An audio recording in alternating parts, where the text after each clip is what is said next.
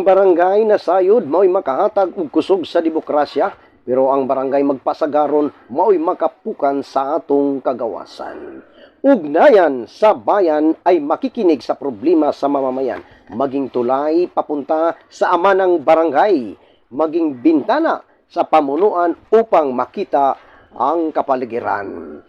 Magpaalaala, sumangguni at tumulong sa pagplano para sa kaunlaran. Ugnayan sa bayan! Mr. Chair, yung former president ba ay willing na mag-cooperate sa investigation sa ICC? Kaugnay dito? ICC, ma'am. I'm asking the ICC to hurry up,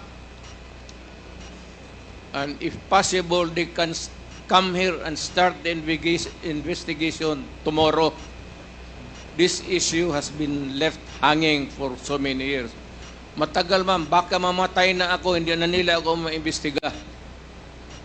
So I'm asking the ICC through you na pagpunta na sila dito bukas, umpisahan na nila ang investigation.